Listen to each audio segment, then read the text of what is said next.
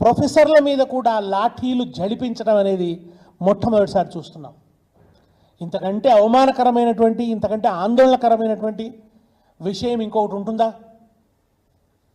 నిజానికి యూనివర్సిటీలోకి పోలీసులు ప్రవేశించే, వాళ్ళ ఇష్టానుసారం యూనివర్సిటీలోకి ప్రవేశించేటువంటి హక్కు, అవకాశం పోలీసులకు లేదు.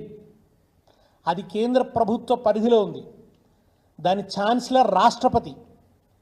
రాష్ట్రపతి ఛాన్సలర్గా ఉన్న యూనివర్సిటీలోకి పోలీసులు ప్రవేశించాలంటే ఖచ్చితంగా వైస్ ఛాన్సలర్ గారి అనుమతి ఉండాలి. అది కూడా ఏదన్నా అన్లాఫుల్ యాక్టివిటీస్ జరిగినప్పుడు, అక్కడ ఏదన్నా లా అండ్ ఆర్డర్ సమస్య ఉత్పన్నమైనప్పుడు మాత్రమే పోలీసులు దాంట్లోకి వీసీ అనుమతితో ప్రవేశించేటువంటి అవకాశం ఉంటుంది. ఇవాళ పోలీసులు ఎట్లా ప్రవేశించారు? వీసీ గారు ఎట్లా అనుమతి ఇచ్చారు?